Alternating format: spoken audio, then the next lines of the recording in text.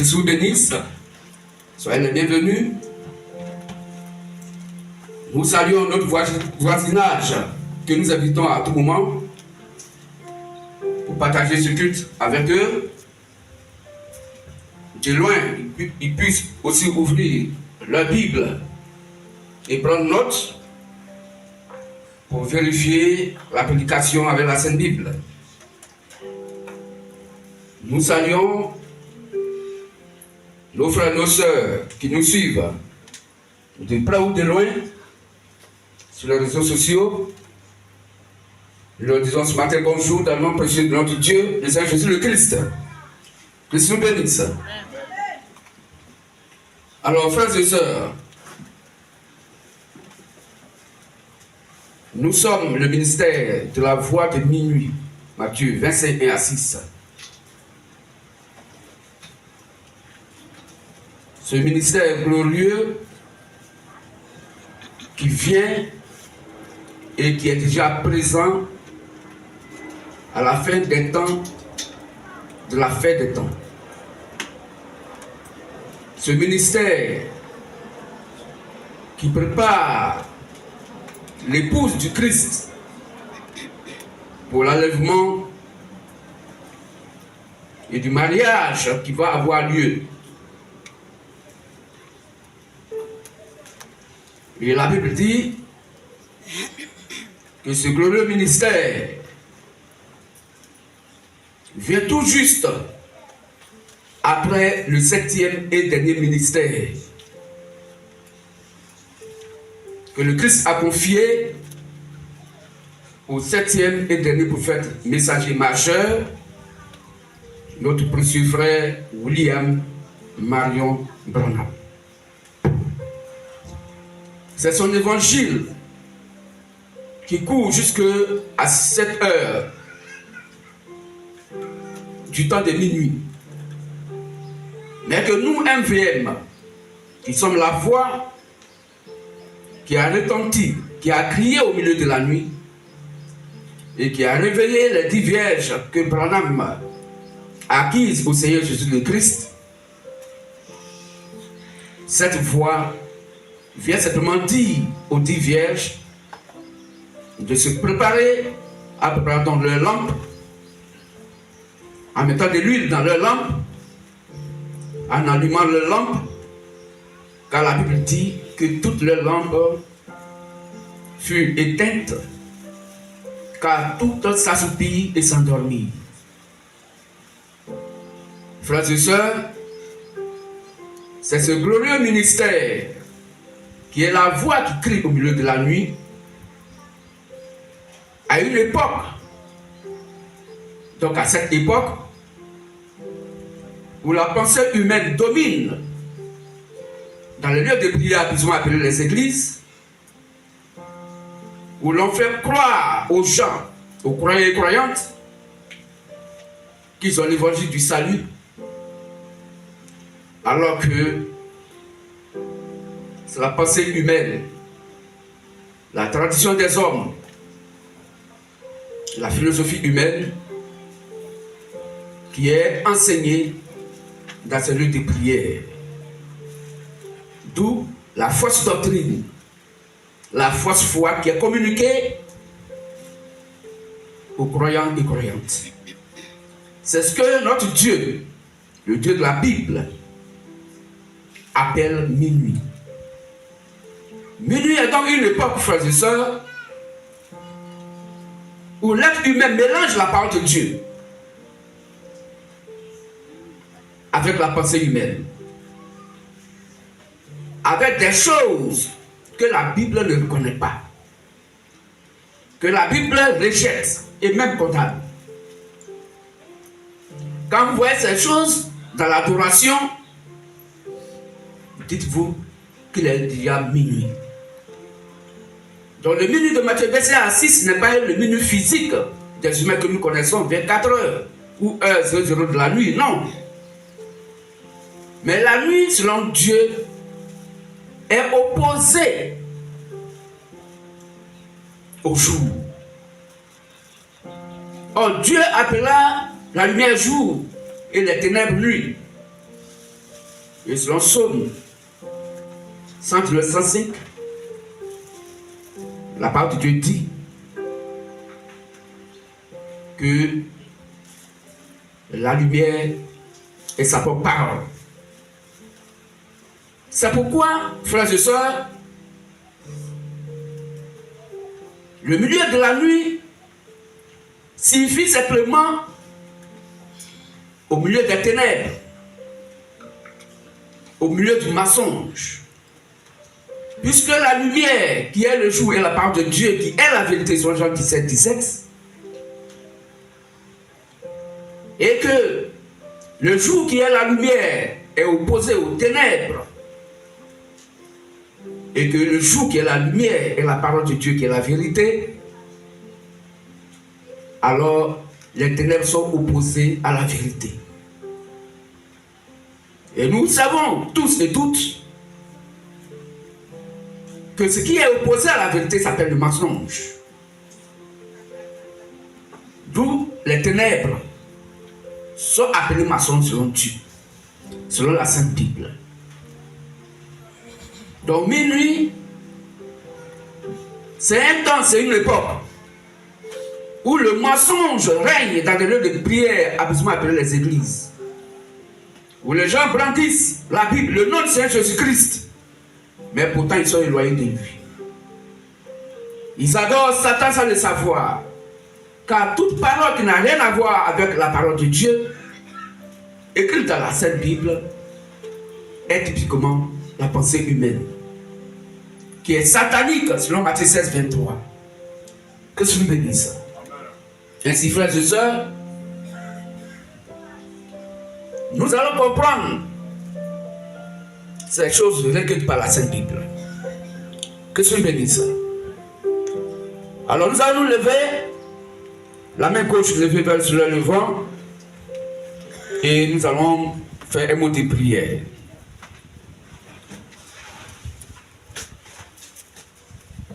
Seigneur béni, merci pour ce message qui me permet de savoir que si je comprends et je vois ton évangile, c'est par pure grâce. Sinon, je pouvais être parmi les aveugles et les sourds de notre époque.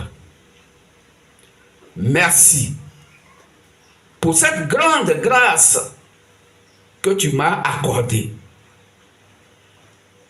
Je suis et je serai avec toi jusqu'à ce que mes jours finissent sur la terre ici. Bénis tout le monde dans cette salle et tous les fidèles croyants de ton message, de ton évangile dans le monde entier. Au nom du grand maître Jésus. Amen. Amen. Que Dieu bénisse. Nous allons rester debout et nous allons lire ce passage de la Sainte Bible. Matthieu 13, verset 10. Matthieu 13, verset 10. Prenons note. Nous pouvons enregistrer et écouter après. Christ nous bénisse. Matthieu 13, verset 10. Lecture. Matthieu 13, le verset 10. Les disciples s'approchèrent et lui dirent: pourquoi leur parles-tu en parabole? Amen. Amen. Asseyons-nous calmement, que Dieu nous bénisse. Frères et sœurs, à la lecture de ce saint verset de la Sainte Bible, ce matin, notre Dieu découle ce thème glorieux qui va nous permettre de comprendre les mystères cachés depuis longtemps et que notre Dieu révèle à la fin des temps. Ce thème est pourquoi Jésus-Christ parlait-il en parabole? Pourquoi? Pourquoi Jésus-Christ parlait-il en parabole? Tout en sachant que la Bible dit dans Jean 3,16 jusqu'au verset 17 que nous allons lire, Jean 3,16 à 17 que nous allons lire, et Timothée 2, 3 à 4 que nous allons aussi lire, va nous amener à comprendre pour quelles raisons Jésus le Christ, le Dieu sauveur,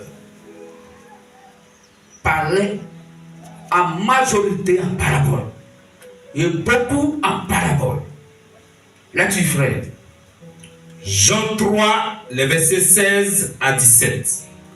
Car Dieu a tant aimé le monde, qu'il a donné son Fils unique, afin que quiconque croit en lui, n'importe qui croit en lui, ne périsse point, mais qu'il ait la vie éternelle. Dieu, merci d'abord, frère. À la lecture de ces 5 versets bibliques, le souci majeur de Dieu, ici dans ce verset biblique, c'est qu'il a envoyé son Fils unique afin que quiconque veut aller au paradis puisse partir. Car quiconque croit en lui, qu'il ne parte pas l'enfer, qu'il ne périsse point, mais qu'il ait quoi? La vie éternelle. Donc Dieu veut que tout le monde soit sauvé, vrai ou faux? Continue, frère, au verset 17. Dieu, en effet, n'a pas envoyé son Fils dans le monde. Il n'a pas envoyé son Fils dans le monde pour qu'il juge le monde. Mais pour que le monde soit sauvé par lui. Amen. Mais pourquoi, étant venu, il leur parle en parabole? Pourtant, il est venu pour que le monde soit sauvé par lui. D'où le thème, pourquoi Jésus-Christ parlait-il en parabole? Pourtant, il est venu pour sauver le monde. Et même la Bible dit, il n'est même pas venu pour les juger, mais il est venu pour les sauver. Qu'est-ce que ça veut dire ça? Amen. Lisons aussi Timothée 2, 3 à 4. 1 Timothée, chapitre 2, versets 3 à 4. Cela est bon et agréable devant Dieu, notre Sauveur. Qui veut que tous les hommes soient sauvés. Et parviennent à la connaissance de la vérité. Et qui parviennent Amen. à la connaissance de la vérité. Qu'est-ce que la vérité? Jean 17, 17. Donc Dieu veut que tous les hommes parviennent à la connaissance de la vérité. Jean 17, 17. Oui. Sanctifie-les par ta vérité. Ta parole est la vérité. Amen. Sanctifie-les par ta vérité. Ta parole est la vérité. Donc Dieu veut que tous les hommes parviennent à la connaissance de sa parole, qui est la vérité. Ainsi, il a tellement aimé le monde, les hommes, qu'il a envoyé son Fils unique, afin que quiconque parvient à la connaissance de la vérité, qui est lui-même son grand désir, ne périsse point, mais qui est la vie éternelle. Donc s'il vient il faut qu'il enseigne le monde, vrai ou faux. S'il vient, il faut qu'il parle au monde, pour que le monde puisse comprendre ce qu'il dit, pour présenter la voie du salut de nos âmes.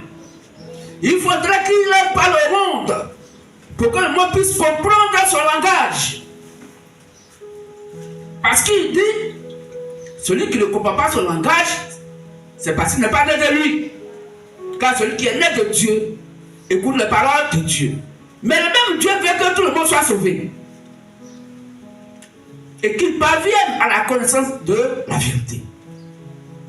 Et il descend sur la terre, il vient.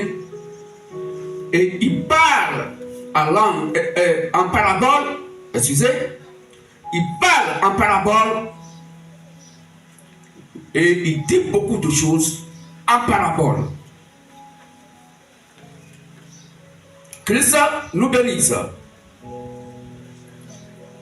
Alors, quand nous lisons Matthieu 13, prenons à partir du verset 1 jusqu'au verset 10, que nous allons lire.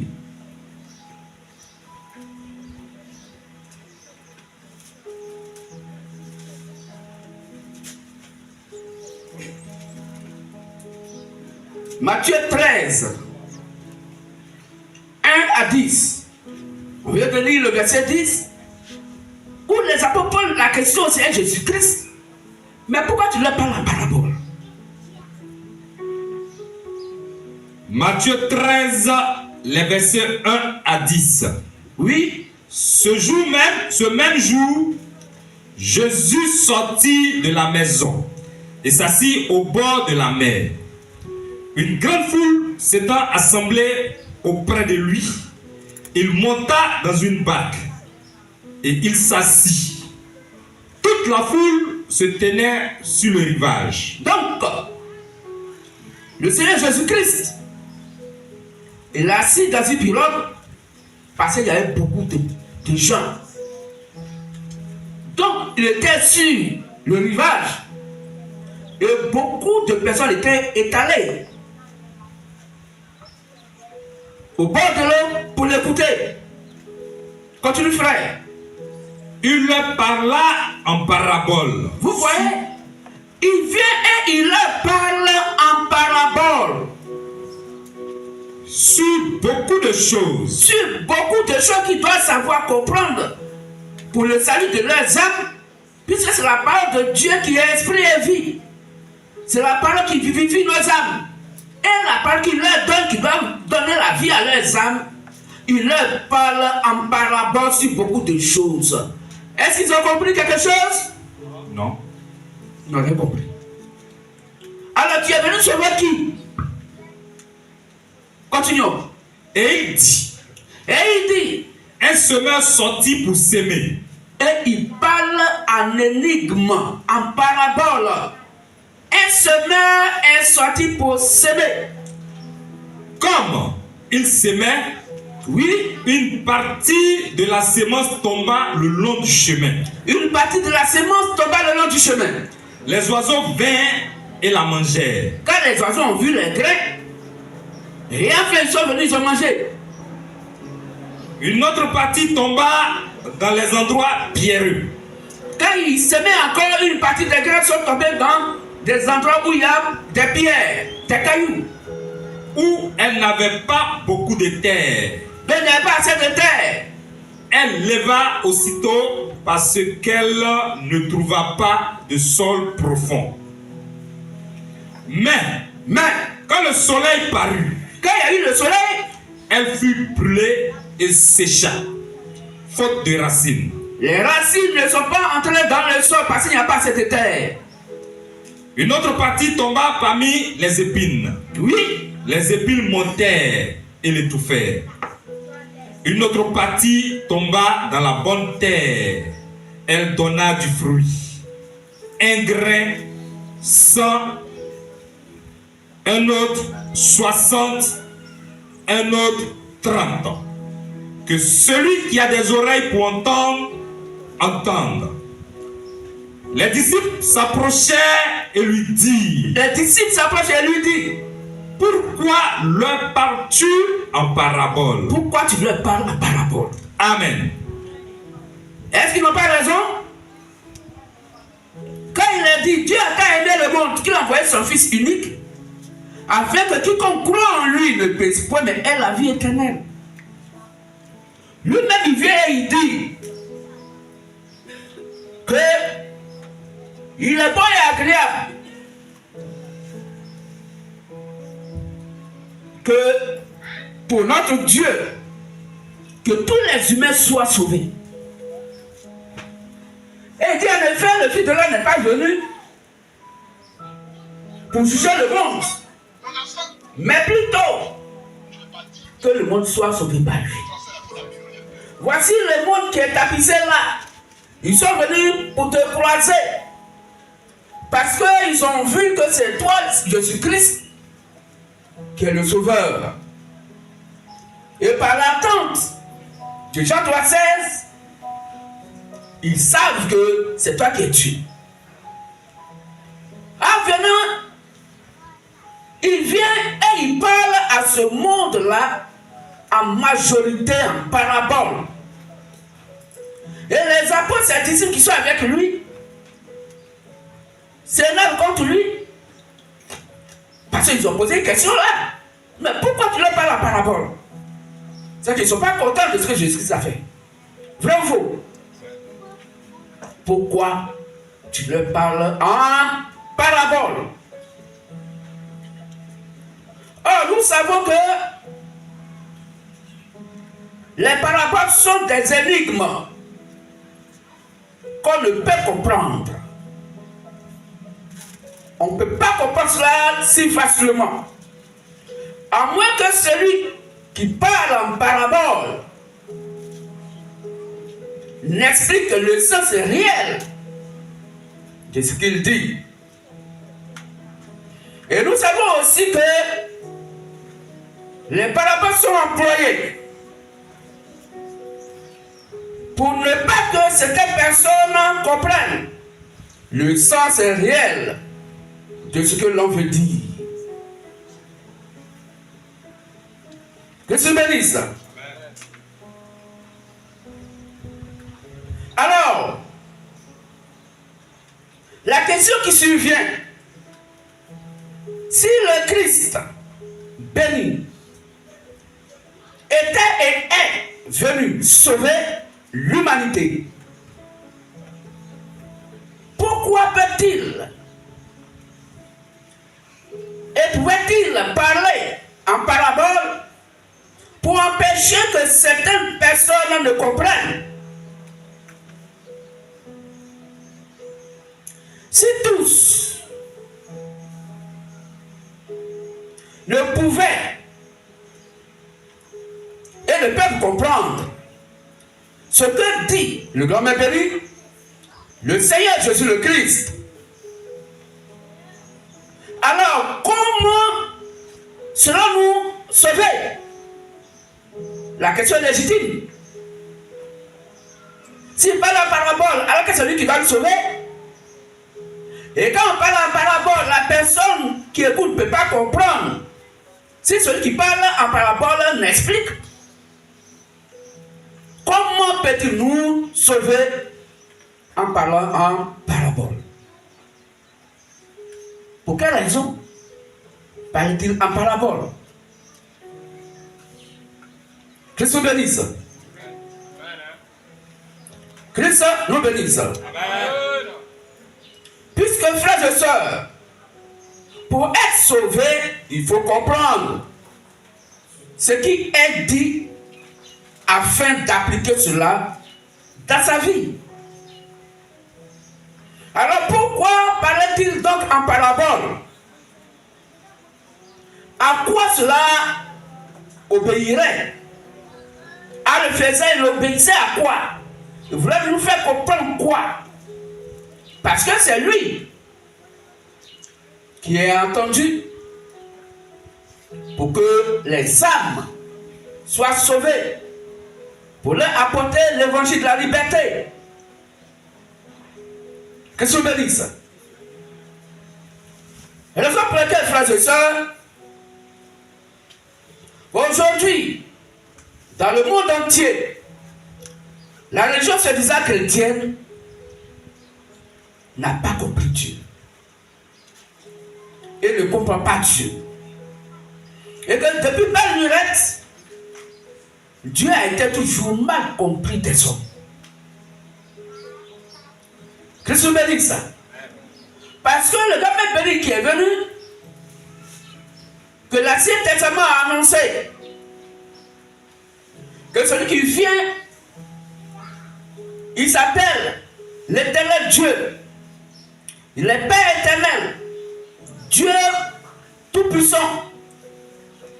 Il est le Sauveur. Et le Nouveau Testament l'appelait Jésus. Parce que c'est le Dieu qui nous sauve. Que se bénisse ça. Et puisque l'Ancien Testament est une ombre, quelque chose à venir, qui est le Nouveau Testament, pour comprendre l'Ancien Testament, il faut que quelqu'un l'explique. Et celui qui est venu, qui est Dieu lui-même, le Seigneur Jésus le Christ, il a parlé en parabole sur beaucoup de choses. Ont-ils compris quelque chose? C'est pas évident. Que je bénisse. Donc depuis longtemps, tous les bouquins, les gens font d'ailleurs des prières, puis tu m'appelles les églises. Ils ont le nom de Seigneur Jésus-Christ. Ça danse. Ça loue. Mes frères, comprenons que ce monde religieux a mal compris Dieu. Parce que quand il est venu, il n'a pas parlé de manière courante. Il a parlé en parabole sur beaucoup de choses. Et ceux qui devaient écouter pour comprendre, ils ont écouté mais n'ont rien compris. Et ils ont commencé à interpréter la parole de Dieu. Ils ont commencé à donner un sens à ce que Jésus-Christ dit. Chacun donne son interprétation. Et ça a créé plusieurs doctrines aujourd'hui. Et qui a formé, qui a créé plusieurs types d'églises. Des églises A avec sa doctrine, B avec sa doctrine C, et ainsi de suite. Et ils ne s'entendent pas. Parce que la Bible est remplie de beaucoup d'énigmes et de paraboles. Alors, celui qui a dit sa parabole, s'il ne l'a pas expliqué, c'est toujours caché. Chaque interprétation que chacun va donner vient de sa propre pensée et non de la pensée de l'auteur. C'est pourquoi nous allons encore lire pour comprendre que la Sainte Bible, le Dieu de la Bible, a été toujours mal compris depuis longtemps jusqu'à nos jours aujourd'hui. C'est pas le maître Wakat dit d'abord que tout homme est menteur. Mais Dieu c'est qui dit la vérité. Donc si c'est Dieu c'est qui dit la vérité, qui est sa propre parole, tout ce qu'un être humain dit qui n'est pas la parole de Dieu est du mensonge. Voilà comment nous comprenons mal Dieu. Tout ce que nous disons qui n'a rien à voir avec la Sainte Bible n'est que du mensonge. Donc tout ce que nous allons dire dans le christianisme qui n'a rien à voir avec la Bible, c'est du mensonge pur et simple. C'est que tu as mal compris Dieu. Nous le comprenons mal dans la mesure où, selon Isaïe 55, 8 à 9, la Bible dit que la pensée de l'homme n'est pas la pensée de Dieu. Et les voies de l'homme ne sont point les voies de Dieu. La même manière que la pluie tombe du ciel et arrose la terre pour donner à manger à celui qui a semé, ainsi à l'aide de la parole qui sort de la bouche de Dieu. Elle ne donne point à lui sans effet, sans avoir accompli donc sa volonté. Donc Dieu a mal compris des hommes. Les hommes l'ont toujours mal compris Parce que sa parole est remplie de beaucoup d'énigmes, beaucoup de paraboles. Tant que lui-même ne l'a pas expliqué, tout ce que nous allons dire, c'est du faux. Christ nous bénisse. Amen. C'est pourquoi, frères et sœurs, nous comprenons aisément par la Sainte Bible que l'être humain ne peut pas comprendre Dieu. C'est pourquoi quand les gens vont dans des écoles de formation, des hommes de Dieu, où un être humain va t'enseigner Dieu, des écoles de séminaires, de prêtres, où on va t'enseigner Dieu, pour que tu puisses venir enseigner sa parole. Frères et sœurs, l'être humain a mal compris Dieu.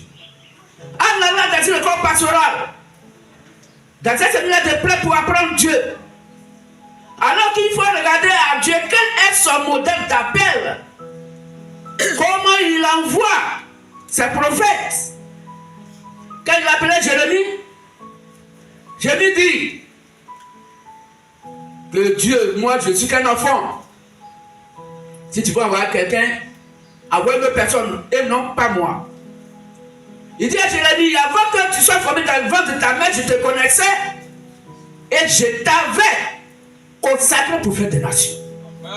Jérémie, lui, il est étonné. Mais le message dit quoi même? C'est cauchemar, je fais oublier c'est quoi? Parce que Jérémie, c'est qu'il a une foi. Il ne sait rien de Dieu. Mais Dieu dit, il t'avait choisi. Ça, elle est dans l'école pastorale. Où est le séminaire de prêtres? Mais il l'a envoyé parce que il a posé son esprit en lui. Et autant marqué, quand ce temps sera venu, Jérémie va se lever pour proclamer l'évangile. C'est quoi il dit? Dans Jean 3, 34, que celui que Dieu a envoyé, il lui donne son esprit sans mesure. Et il dit les paroles de Dieu. Et comme c'est Dieu qui a parlé à majorité en parabole, c'est à lui qu'il explique l'énigme. Et cette énigme-là est expliquée dans la même Bible par d'autres versets bibliques, mais qui sont éparpillés dans toute la Bible. Et le Christ qu'il envoie pour confirmation va lui montrer les différents versets qui rassemblent pour faire ressortir la pensée véritable du véritable réel Dieu sur sa volonté parfaite et positive. Christ nous bénisse. C'est quoi, frères et sœurs? Notre Dieu est mal compris depuis longtemps. Quoique les gens veulent aller au paradis et ils lisent que la Bible dit que Dieu n'est pas venu pour nous juger, mais il veut que nous tous nous soyons sauvés. Et qu'il veut que tous les hommes sur la terre parviennent à la connaissance de la vérité, afin qu'aucun ne périsse, mais qu'il ait la vie éternelle. Il vient, il leur parle à parabole. Dieu mal compris. On va lire un peu 1 Corinthiens 2, 7 à 10, rapidement. 1 Corinthiens 2, 7 à 10.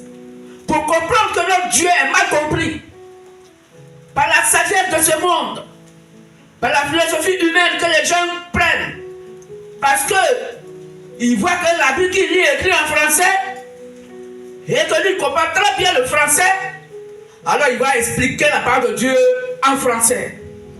Or notre Dieu utilise le français, mais il parle son français et il explique sa parole qu'il a écrite en français par son français et non le français des Français. Pour que, frères et sœurs, nous puissions comprendre que Dieu a été mal compris depuis longtemps. Là-dessus. 1 Corinthiens, chapitre 2, du verset 7 au verset 10. Oui. Et notre frère va prendre 1 Corinthiens 3, 18 à 20. Nous prêchons la sagesse de Dieu. Paul dit, nous prêchons la sagesse de Dieu. Mystérieuse et cachée. Mystérieuse et cachée. Pourquoi? Parce que ce Dieu-là, il a parlé beaucoup en parabole. Il a parlé en énigme. Ce qu'il a dit est caché. Et celui à qui il doit révéler cela, c'est son prophète. Selon Amos 3:7. Car Dieu peut le faire sur la terre sans avoir révélé ses secrets à ses serviteurs, les prophètes. Donc c'est par eux qu'il explique la parole, qu'il explique les paraboles. C'est par eux qu'il explique les énigmes. Parce que ces énigmes et paraboles sont expliquées dans la même Bible par d'autres versets bibliques qui sont éparpillés dans d'autres livres de la Bible. Continuons, frère. Mystérieuse et cachée Que Dieu, avant les siècles, avait destiné pour notre gloire. il avait destiné cela pour notre gloire. Donc il va nous expliquer. Oui, continuons. Sagesse Sagesse. qu'aucun des chefs de ce siècle n'a connue. Donc cette sagesse-là, aucune personne de ce siècle n'a connu cela. Oui. Car s'ils l'eussent connu, ils n'auraient pas crucifié le Seigneur de gloire. Mais, comme il est écrit, ce sont des choses que l'œil n'a point vues. Ce sont des choses que l'œil n'a point vues. Que l'oreille n'a point entendues. Que l'oreille humaine n'a point entendu. Et qui ne sont point montées au cœur de l'homme. Et que ce n'est pas monté au cœur de l'homme pour qu'il puisse comprendre cela. Des choses que Dieu a préparées pour ceux qui l'aiment. Il a préparé cela pour ceux que lui il aime. Donc il y a des gens qui n'aiment pas. Alors qu'il dit qu'il est venu pour sauver le monde. Et que le monde ne puisse pas aller tous à l'enfer, mais il est venu pour que le monde soit sauvé par lui. Alors qu'il y a des gens dans ce monde qui aiment.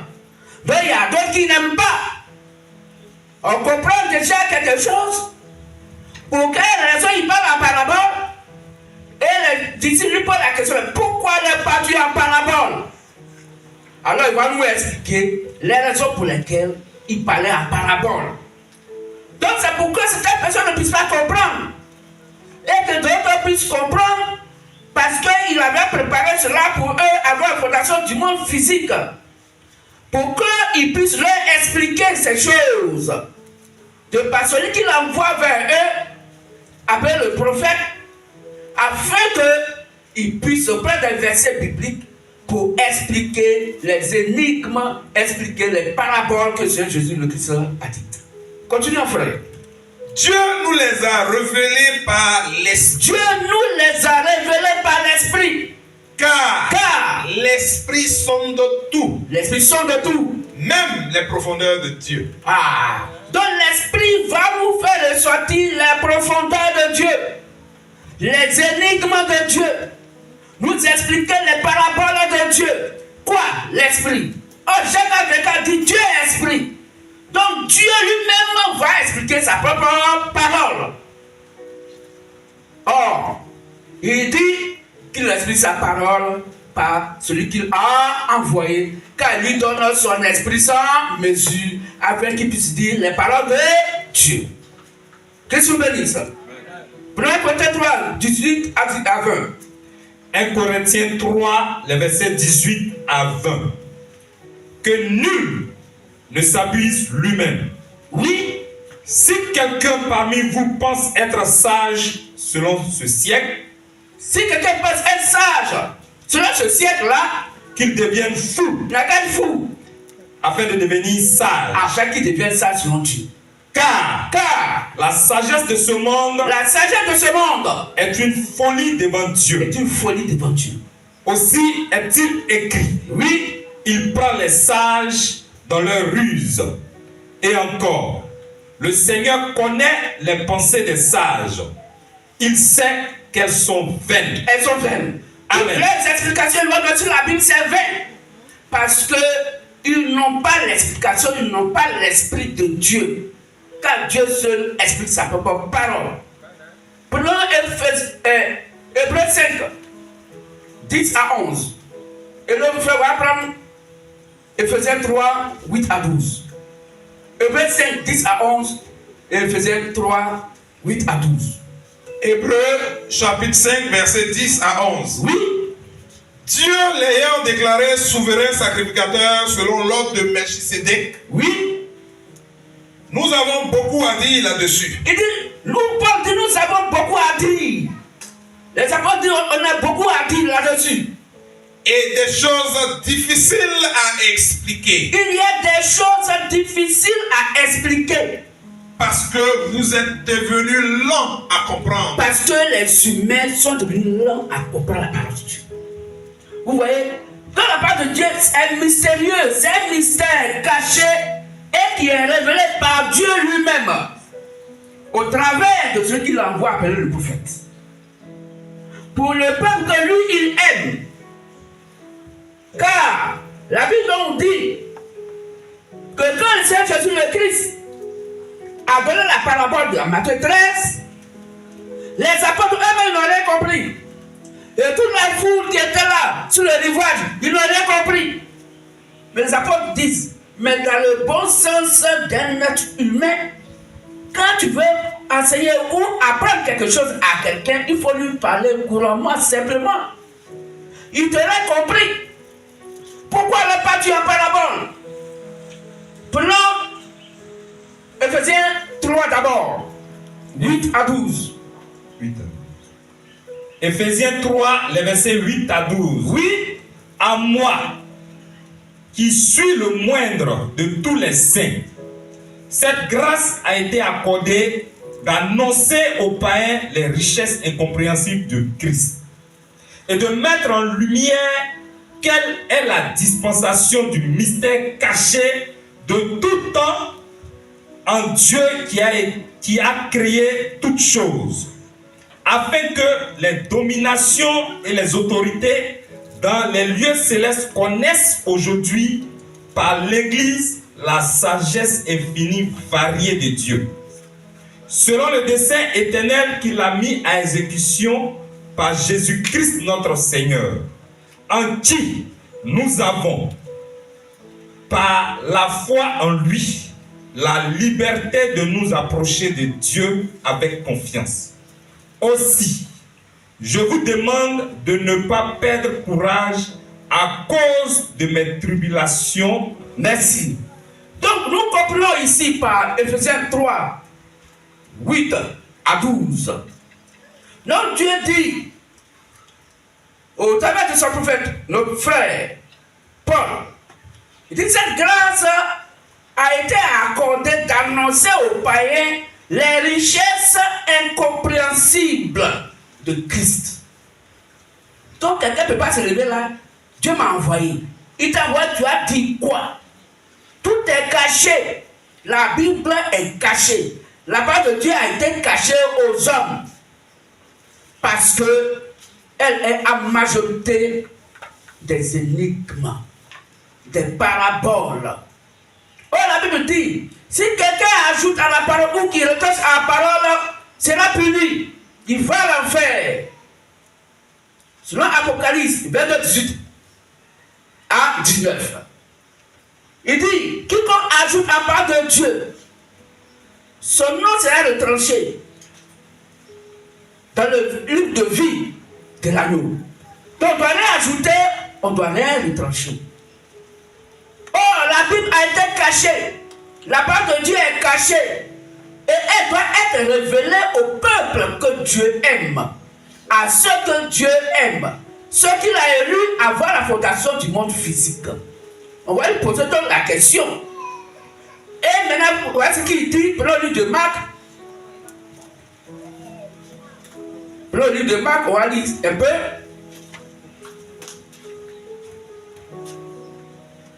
Pour Marc 4, 11 à 13. Et nous allons voir pour quelle raison le Seigneur Jésus le Christ a parlé en parabole. Parce que notre Dieu, il ne fait rien au hasard. Là-dessus. Marc 4, les versets 10 à 11. 11 à 13. 11 à 13. Lorsqu'il fut... Prends à partir du verset 10, oui. À partir du verset 10, ok. Lorsqu'il fut en particulier ceux qui l'entouraient avec les 12 tous l'interrogeaient sur les paraboles. Il leur dit, c'est à vous qu'a été donné le mystère du royaume des dieux. Reprends la partie.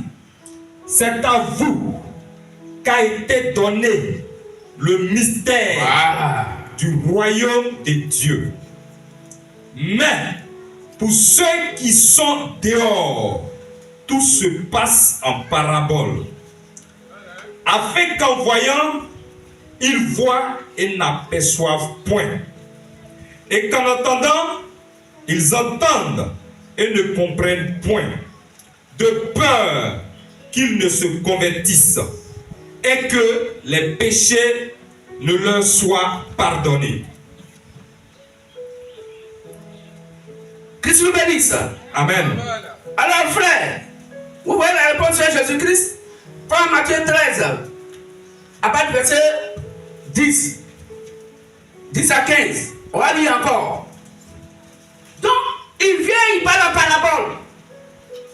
On lui pose la question, pourquoi la soeur qui parle en parabole, et ce peuple veut être sauvé là, c'est que tu dis, il ne comprend rien. Vous voyez la réponse qu'il donne? Frère, tu peux lire. Matthieu 13, 10 à 15. Les disciples s'approchèrent et lui dirent, pourquoi leur parles-tu en parabole? Jésus leur répondit. Il a répondu. Parce qu'il vous a été donné de connaître les mystères du royaume des cieux. Il dit, c'est à vous. Petit troupeau, il a été donné de connaître les mystères du royaume des cieux. Et que cela ne leur a pas été donné. Et que toute cette foule-là, cela ne leur a pas été donné. Car on donnera à celui qui a. Oui. Et il sera dans l'abondance. Mais à celui qui n'a pas, on ôtera même ce qu'il a. C'est pourquoi je leur parle en parabole. Parce qu'en voyant, ils ne voient point. Ils ne voient point. Et qu'en entendant, ils n'entendent ni ne comprennent. Ils n'entendent ni ne comprennent. Car tout est en parabole. Et pour eux, s'accomplit cette parabole d'Ésaïe. Donc, cette prophétie d'Ésaïe. Jésus le Christ, en ayant ce comportement-là, avait sa raison. Parce que le prophète Ésaïe avait déjà parlé de ça. Et quand les prophètes ont parlé de lui, il est venu pour accomplir ce dont on a parlé de lui. Donc il n'a pas la parabole. Parce que c'est ce que le prophète Ésaïe avait dit. C'est ce que Dieu a dit. Donc on avait de lui. Continue frère. Et pour eux, s'accomplit cette prophétie d'Ésaïe. Oui. Vous entendrez de vos oreilles. Vous entendrez de vos oreilles. Et vous ne comprendrez point. Et vous ne comprendrez point. Vous regarderez de vos yeux. Vous regardez de vos yeux. Et vous ne verrez point. Et vous ne verrez point. Car le cœur de ce peuple est devenu insensible. Le cœur de ce peuple est devenu insensible. Ils ont endurci leurs oreilles. Ils ont endurci leurs oreilles. Ils ont fermé leurs yeux. Ils ont fermé leurs yeux. De peur qu'ils ne voient de leurs yeux. Qu'ils ne puissent voir de leurs yeux. Qu'ils n'entendent de leurs oreilles. Qu'ils n'entendent de leurs oreilles. Qu'ils ne comprennent de leur cœur. Qu'ils ne comprennent de leur cœur. Qu'ils ne se convertissent. Qu'ils ne se convertissent à ma parole. Et que je ne les guérisse. Et que je les sauve. Amen. Waouh. Est-ce qu'on peut acclamer ces versets? Donc Dieu a fait exprès pour parler en parabole. Parce que cela avait été dit. Que quand vous verrez ces signes s'accomplir, c'est que le véritable réel Dieu est au milieu de vous. Donc il a parlé en parabole. Afin que, en écoutant, il n'entendait rien. Et qu'il ne comprenait rien. Et qu'il ne puisse se convertir pour que Jésus le Christ puisse les sauver. Vous voyez ce que Dieu fait? Pourtant c'est écrit dans Jean 3, c'est Dieu a tant aimé le monde qu'il a envoyé son Fils unique afin qu'on croit ne périse pas mais ait la vie éternelle. Lui-même pour appuyer là-dessus, il vient et puis il dit, effectivement c'est vrai. Il ne suis pas venu vous juger, hein? Mais je suis venu pour que toute personne qui croit en moi soit sauvée. Et que tout le monde soit sauvé et parvienne à la connaissance de la vérité. Mais la vérité, c'est la parole. Et la parole doit être prêchée. Car la foi vient de ce qu'on entend. Mais pourquoi en leur prêchant, ils parlent en parabole? Ils ont compris quoi? Quelle foi il les a communiqué? Rien. Et arrivé à la maison, c'est à ses disciples. Il va maintenant expliquer les paraboles. Prenons Matthieu 13, à partir verset 36. Et nous allons voir. Donc Dieu, il leur parle en parabole. Pour ne pas qu'ils comprennent. Pour ne pas qu'ils cessent le plan divin de Dieu. Et qu'ils ne se convertissent. Et qu'ils puissent aller au paradis. Mais à une minorité, à un petit groupe, arrivé à la maison, dans un petit enclos, il va maintenant expliquer les paraboles qu'il a dit dehors. Donc, ceux qui ont droit de salut est une minorité. C'est à ceux-là qu'il explique sa parole. Mais ceux qui dehors, ils parlent en majorité en parabole. Ils n'ont rien compris. Chacun arrivé à la maison va commencer à interpréter. Oui, c'est que Jésus, quand il a dit ça, il voulait dire ça. Non, quand Abraham a dit quelque chose, c'est qu'il voulait dire ça. Et ça a créé plusieurs branches du message d'Abraham. Et aujourd'hui, le Dieu de la Bible, dans sa seconde venue, attend que le Saint-Esprit Père, si, dans sa première venue, il a parlé à majorité en parabole, dans sa seconde venue, il vient maintenant pour expliquer les choses à sa future épouse. Mais pour les gens du dehors, il parle en parabole. Parce que notre langage, nous, MVM, chrétiens, nous la comprenons facilement parce qu'il nous a donné son esprit. Mais les gens du dehors, quand ils attendent l'évangile, la Bible, que le ministère de la voix de Minuit, Matthieu verset 6 prêche, il dit non, ce sont des démons. Il dit non, lui là, c'est un faux prophète. Il dit non, ce qu'il dit là, c'est faux, c'est pas normal. Oui, parce qu'il voit ça en énigme. Il ne peut pas comprendre ce langage parce que c'est le langage du Père. Et quand le Père parle, il parle son langage, sa langue maternelle. Quand il est Dieu, il y a beaucoup de personnes, il peut parler dans un langage que tout le monde peut comprendre. Mais à la maison, il parle son langage. Et quand il est avec donc ses fils et ses filles, il leur donne les vraies explications. On peut lire, frère. Matthieu 13, à partir du verset 36. Alors, il renvoya la foule. Vous voyez, la foule est venue. Il a d'abord parlé en parabole. Prenons au verset 24 pour comprendre. Verset 24. Oui. Il leur proposa une autre parabole. Encore parabole. Et il dit, le royaume des cieux est semblable à un homme qui a sémé une bonne sémence dans son champ. Mais, pendant que les gens dormaient, son ennemi vint, séma de l'ivraie parmi le blé, et s'en alla. Lorsque l'herbe eut poussé et donné du fruit, l'ivraie parut aussi. Les serviteurs du maître de la maison vinrent lui dire, Seigneur, n'as-tu pas sémé une bonne sémence dans ton champ? D'où vient donc qu'il y a de l'ivraie? Il leur répondit, c'est un ennemi qui a fait cela. Et les serviteurs lui dirent, veux-tu que nous allions l'arracher? Non. Il dit non. Dit-il, de peur qu'en arrachant l'ivraie, vous ne déraciniez en même temps le blé. Laissez croître ensemble l'un et l'autre jusqu'à la moisson. Et à l'époque de la moisson, je dirai au moissonneur, arrachez d'abord l'ivraie et liez-la en gèbe pour la brûler. Mais amassez le blé dans mon grenier. Vous voyez, des gens qui sont assis, une foule qui est assise, qui veut entendre l'évangile du salut de leurs âmes. Vous voyez ce qu'il fait? Il leur parle en parabole. Ils n'ont rien compris. Des gens, tu dis que tu es venu pour sauver là. Ils n'ont rien compris. Continue, frère. Au verset 36. Alors, il renvoya la foule. Mais pourquoi tu les renvoies? Jean 3,16 dit que tu es venu pour qu'ils puissent avoir la vie éternelle. Cela ne font-ils pas du monde? Ne font-ils pas partie du monde? Dieu a tant aimé le monde. Et il renvoie la grande foule. Et ce sont ses disciples seulement qui vont rester avec lui. Continue, frère. Et entra dans la maison. Il rentre dans la maison. Ses disciples s'approchaient de lui. Les disciples s'approchent de lui. Et lui dit, explique-nous la parabole de l'ivraie du champ. Est-ce qu'on peut acclamer ces 5 versets? Explique-nous la parabole.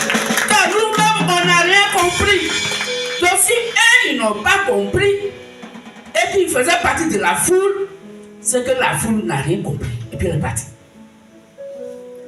Explique-nous la parabole du blé et de l'ivraie. Continue, frère. Celui qui... Il répondit. Mais là, il va répondre. Hein. Celui qui sème la bonne sémence. Celui qui a semé la bonne sémence là. C'est le Fils de l'homme. Il dit c'est moi-même, le Fils de l'homme. Le champ. C'est le monde. C'est le monde. Comment on peut comprendre qu'un champ de cacaoyer, c'est le monde? Champ de riz, ça veut dire monde.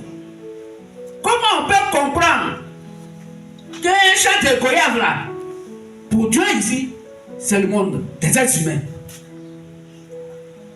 La bonne sémence. Il dit la bonne sémence. Ce sont les fils du royaume.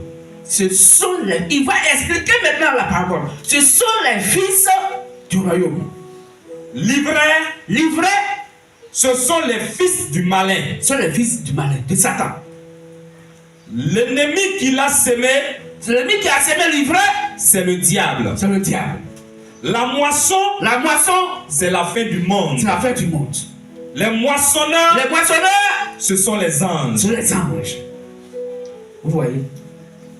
Voilà, il apparaît maintenant clairement. Les apôtres ont commencé à comprendre maintenant. Donc le royaume des cieux n'est pas venu pour tout le monde, mais pour une minorité de personnes. Ceux-là que le Christ connaissait avant la fondation du monde physique. Et à qui il a réservé ces choses de les comprendre. Parce que ils ont été prédestinés pour cela. Donc ce n'est pas celui qui veut être sauvé qui est sauvé. Ce n'est pas celui qui court. Ni celui qui veut être sauvé qui est sauvé. Mais le Dieu de la Bible qui fait miséricorde. Et la miséricorde qui nous a faite, qui est la grâce qui nous a faite, et qui nous a donc été faite, c'est que nous connaissons avant la fondation du monde physique. Il voudrait que ce soit nous, ses fils et ses filles, qui puissent comprendre les mystères cachés de Dieu depuis longtemps, qu'il a préparé pour nous à la fin des temps. Pour que nous puissions comprendre quelle est sa volonté parfaite et positive. Pour nous montrer la voie du salut à une minorité, à quelques personnes sur toute la surface de la terre. Afin que cela soit sa volonté. Puissons comprendre quelle est sa profondeur, quelle est sa hauteur, quelle est sa largeur et quelle est sa longueur. Pour que ce Dieu-là, désormais, soit en nous. S'il est maintenant en toi, tu es toutes les dimensions de ce Dieu. Selon 1 Corinthiens 3,16, l'Esprit de Dieu habite en nous. Étant en nous, nous sommes Dieu incarné sur la terre.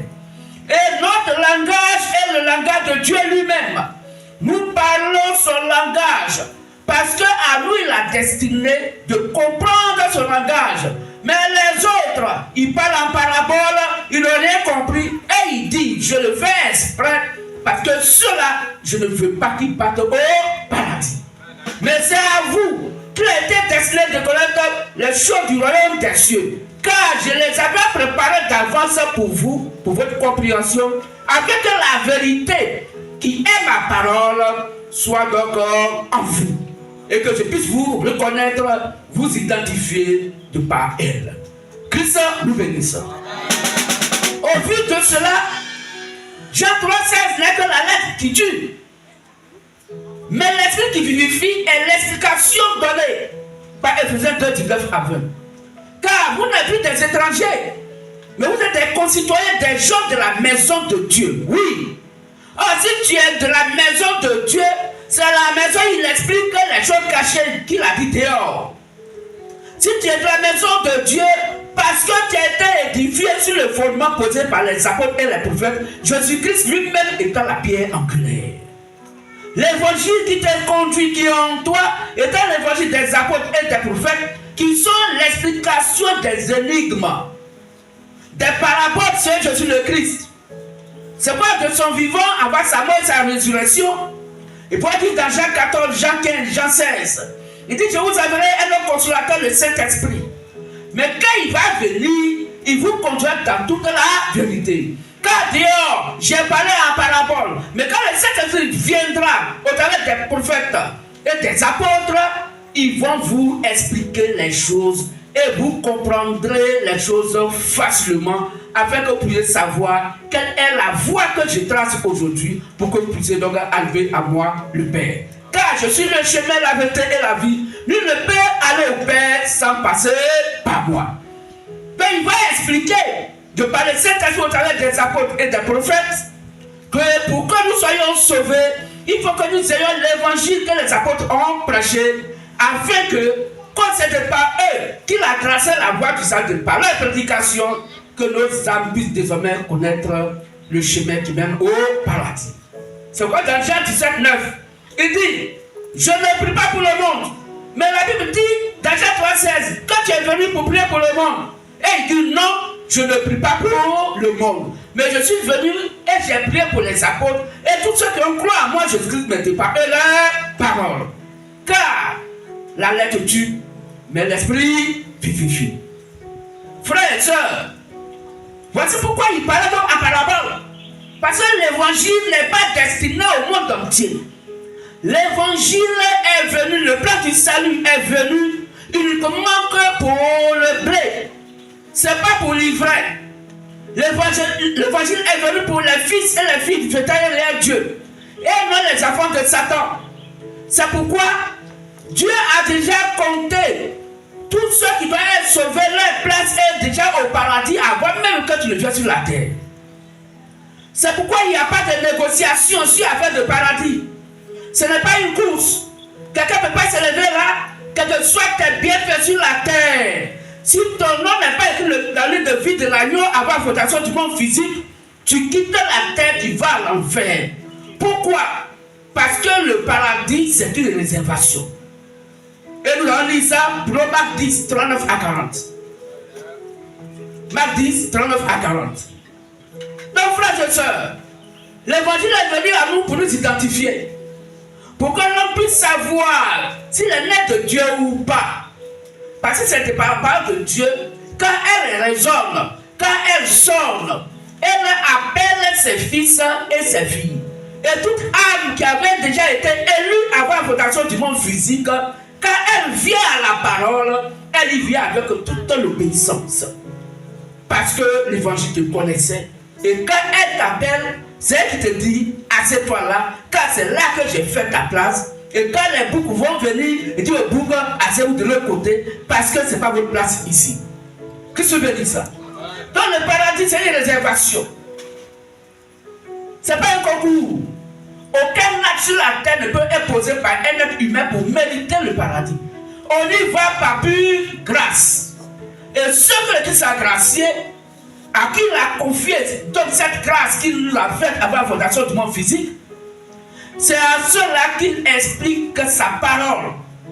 Et c'est quoi nous sommes fiers d'être chrétiens parce que nous avons la pensée de Dieu, parce que nous sommes ce peuple-là qui comprend Dieu, parce que lui-même il est venu pour nous expliquer et nous le comprenons aujourd'hui aisément et facilement.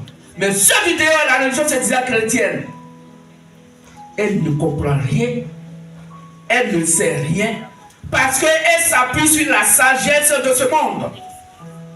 Exemple, quand la Bible dit que la femme ne doit pas prêcher la parole de Dieu, toute l'assemblée d'église dans laquelle une femme se met à la chair et qu'elle prêche, alors que la parole, la vérité, l'explication du Saint-Esprit dit que la femme n'a pas le droit de se mettre à la chair des prédications. Est-ce que c'est difficile de comprendre ça? Mais pourquoi pour nous c'est facile de comprendre et qu'une femme ne se met pas à la chaise ici pour prêcher et que la religion se disant chrétienne trouve ça vraiment ambigu? Pourtant c'est le même verset, Écoutez 14, 33 à 38 et Timothée 2, à partir du verset 10 au verset 15. Ces versets-là existent dans la Bible. Ils lisent bien ces versets, ils voient bien ces versets, mais ils sont aveugles à la lecture, ils sont aveugles à ce qu'ils voient et ils sont sourds à ce que la Bible dit. Et les femmes prêchent. Le baptême d'un nouveau-né. Pourtant la Bible dit que le baptême est un engagement de bonne conscience envers Dieu. Un nouveau-né a quelle conscience? Quel engagement il prépare devant Dieu pour dire je vais me baptiser? Car dans Acte 2, le Saint-Esprit a amené nos frères et sœurs, ceux qui ont écouté le Dieu de la Bible parlait au travers de Simon-Pierre. La Bible dit leur cœur fut vivement touché. On a des bébés ici, au moins les voitures passent à l'enfant, tout ce qui est dans sa tête, c'est détecté. Maman met son sel dans sa bouche, l'enfant a été détecté, il dort. Il n'a rien à voir avec tout ce qui se dit ici. Parce qu'il est seulement bébé, il est enfant, il n'a aucune conscience. Donc le baptême de nouveau-né prouve par là que tous ceux qui font baptême de nouveau-né, tous ceux qui font les fêtes des moissons, alors que la Bible dit la moisson c'est la fête du monde.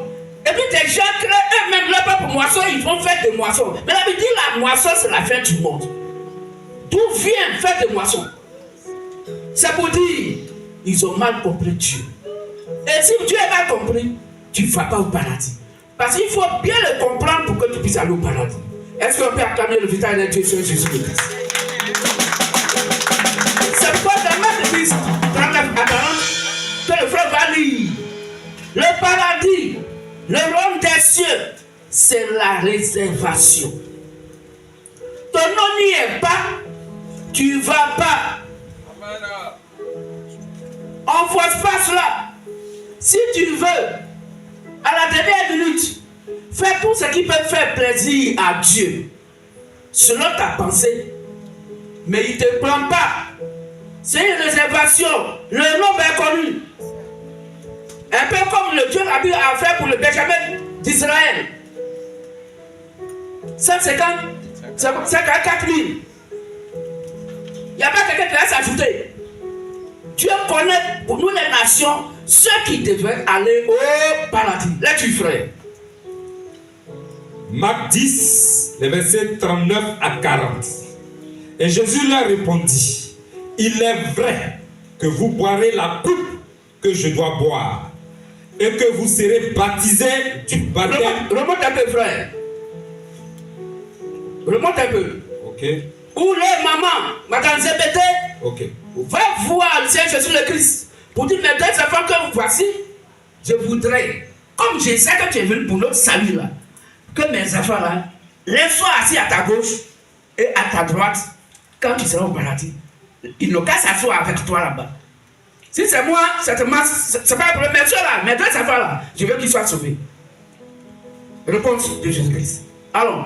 Marc 10, à partir du verset 35 au verset 40. Les fils de Zébédée, Jacques et Jean, s'approchèrent de Jésus et lui dirent, Maître, nous voudrions que tu fasses pour nous ce que nous te demanderons. Il leur dit, que voulez-vous? Que voulez-vous que je fasse pour vous? Que je fasse pour vous? Donne les bras à faire. Accorde-nous, accorde-nous, lui dit-il, d'être assis l'un à ta droite, et l'autre à ta gauche, quand tu seras dans ta gloire, quand tu seras au paradis. Jésus leur répondit, vous ne savez ce que vous demandez. Vous ne savez pas ce que vous demandez, hein? Pouvez-vous boire la coupe que je dois boire? Donc pour eux, je te donne les conditions pour qu'ils puissent aller au paradis. Est-ce que vous allez souffrir comme j'ai souffert tout à l'heure?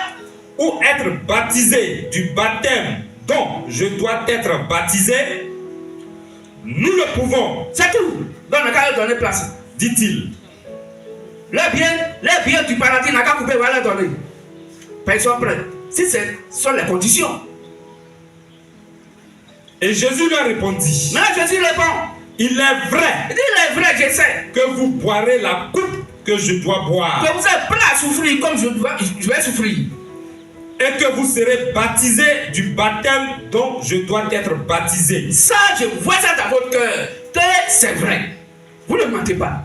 Vous êtes sincère dedans. Sans doute.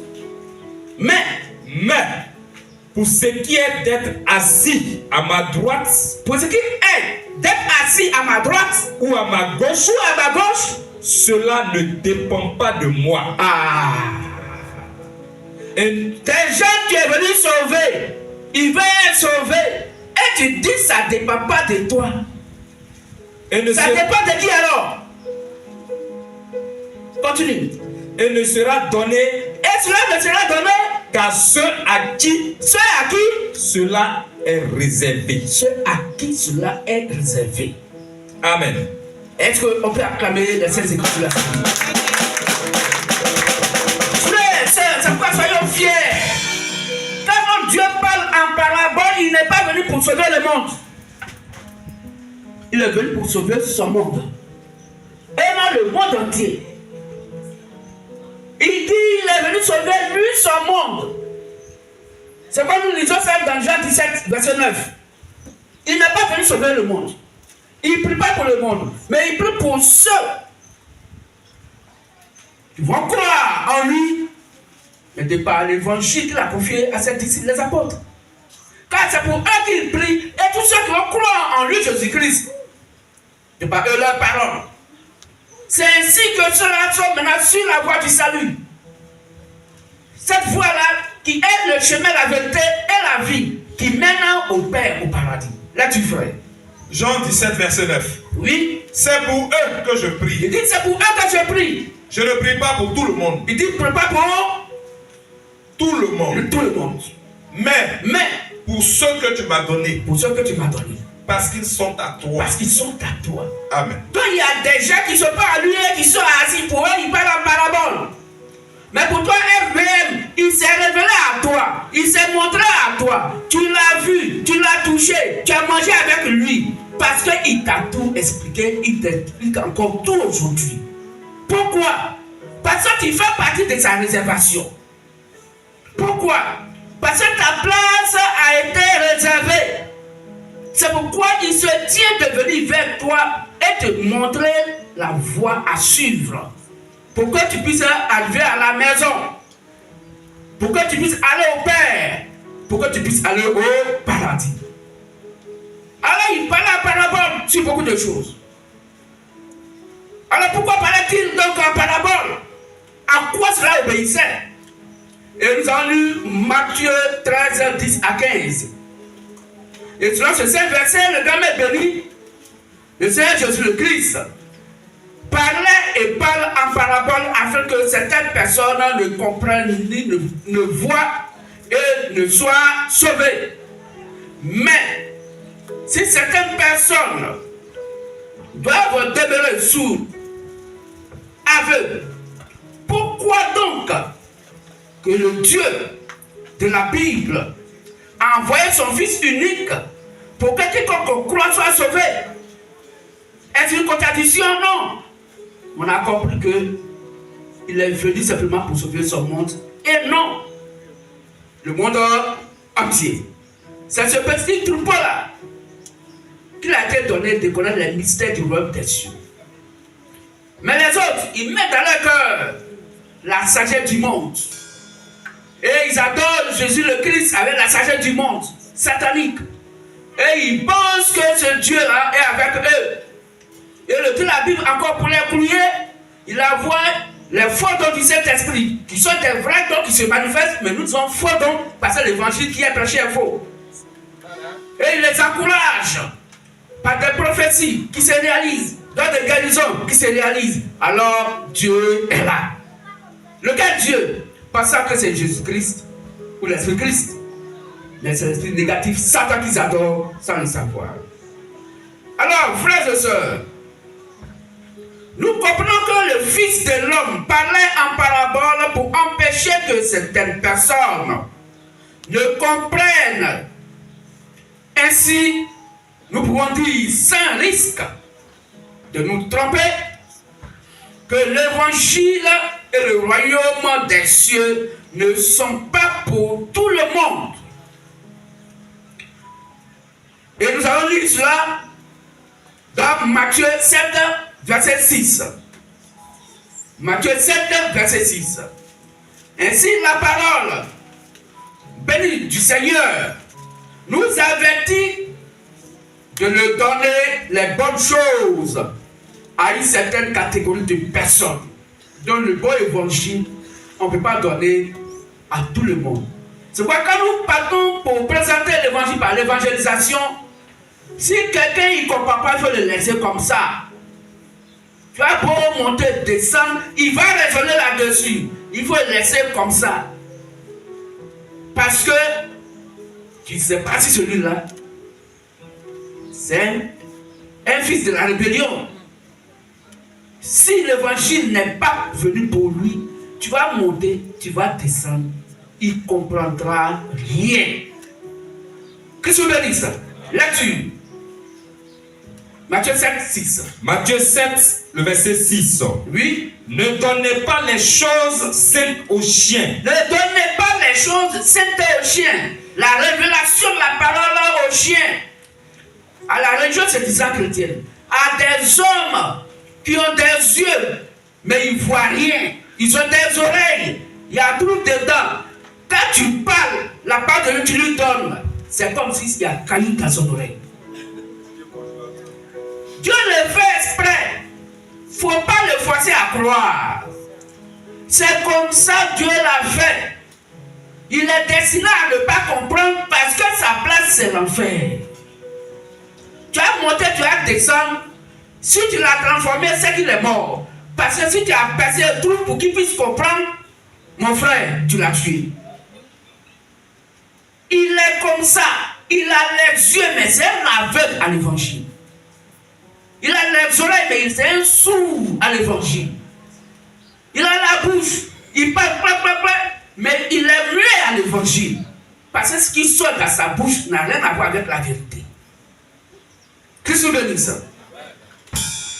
Et ne jetez pas vos perles devant les pourceaux.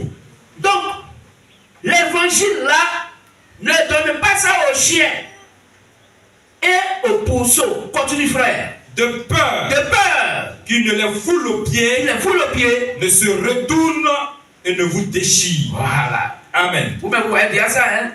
Quelqu'un, tu lui apportes l'évangile vrai, véritable. Dans son raisonnement même, il s'énerve, il est prêt à te frapper. Parce que tu lui as simplement dit que la Bible dit que c'est ce qui est écrit noir sur blanc, c'est ce qu'il faut prendre en compte. Telle chose dont tu parles, est-ce que c'est écrit? C'est pas écrit. Fais des pains, est-ce que c'est écrit dans la Bible? C'est pas écrit. Mais puis tu fais. Donc, tu sais qui? Il n'est pas prêt à dire qui c'est Satan. Tout de suite, va faire parler avec toi. Et quand tu vas lui dire, mais tu sais qui? Lui, il voit que c'est plus Jésus que le Christ. Donc, tu vas dire, mais donc, votre église là, c'est qui alors? Parce que ça va tuer. Tu ne fais pas attention, ils vont te frapper là. Donc il faut aller avec beaucoup de sagesse. Donc Dieu parle pourquoi par parabole? Parce que l'évangile n'est pas venu pour tout le monde. Dieu n'est pas venu pour sauver tout le monde. C'est pourquoi, frères et sœurs, notre Dieu nous fait comprendre intimement que sa parole, que la bonne nouvelle, les bonnes choses, ne sont pas destinées à donc, une certaine catégorie de personnes. Ainsi, frère, nous savons bien que la parole du salut n'est pas pour tous. Et c'est ce que nous avons lu. La parole du Christ n'est pas pour tous. Nous avons lu ça dans Jean 17, verset 9. Pour que nos frères et sœurs qui nous écoutent sachent que Jean 3, 16, qui est l'hymne national de beaucoup de personnes se disant croyantes, Jean 17, verset 9 dit que le Seigneur Jésus-Christ n'est pas venu pour tout le monde. Jean 17, 9 et Jean 17, 20. Jean 17, le verset 9. C'est pour eux que je prie, Il dit, il prie pour ses disciples. je ne prie pas pour le monde, Jésus-Christ dit, il ne prie pas pour le monde, mais pour ceux que tu m'as donnés, pour ceux que le Père lui a donnés. parce qu'ils sont à toi. Parce qu'ils sont à toi. Amen. Donc si tu n'es pas du Père, si tu n'es pas à lui, mon frère et ma soeur, il faut faire tout ce que tu veux. Le jour où tu quittes la terre, ta place à l'enfer. Parce que le paradis, c'est une réservation du Père. Et tous ceux qui doivent y partir, le Père connaît leur nom. Étant sur la terre de par l'évangile va te déterminer. Quand il arrose ton âme et ton esprit, les fruits que tu as poussés là, que tu as donnés là, vont déterminer de quelle sémence tu es. Si tu es né du paradis, tu vas produire les fruits dignes du paradis. Mais si tu es né de l'enfer, tu vas produire les fruits dignes de l'enfer. Christ nous bénisse. Amen. Alors, tous ceux qui sont et qui étaient à Dieu sont ceux-là qui ont le droit de comprendre tous les mystères du royaume des cieux. Sœurs, frères, MVM, que ce court message ne guide jamais votre pensée. C'est pour cette raison, s'il y a des gens qui ne comprennent pas votre langage biblique, ne soyez pas étonnés. Il faut cela pour que tous n'ont pas les yeux pour voir, les oreilles pour entendre et comprendre.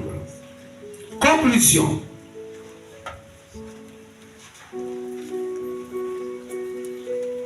Conclusion.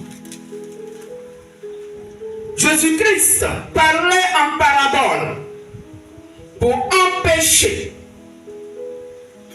que toute personne qui ne sait pas, qui ne soit pas née sauvée, pour empêcher que toute personne qui ne soit pas née sauvée ne comprenne et ne se convertisse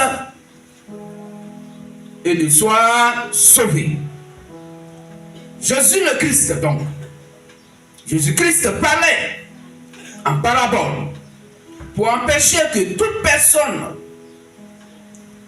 qui ne soit pas sauvée, qui ne soit pas née sauvée, ne comprenne et ne se convertisse et ne soit sauvé. Que Jésus, le Christ, béni de la Sainte Bible, vous bénisse. Fin du message. Pourquoi Jésus-Christ parlait-il en parabole? Juste pour que il puisse empêcher certaines personnes qui ne sont pas sauvées de comprendre, se convertir et qu'ils soient eux-mêmes sauvés.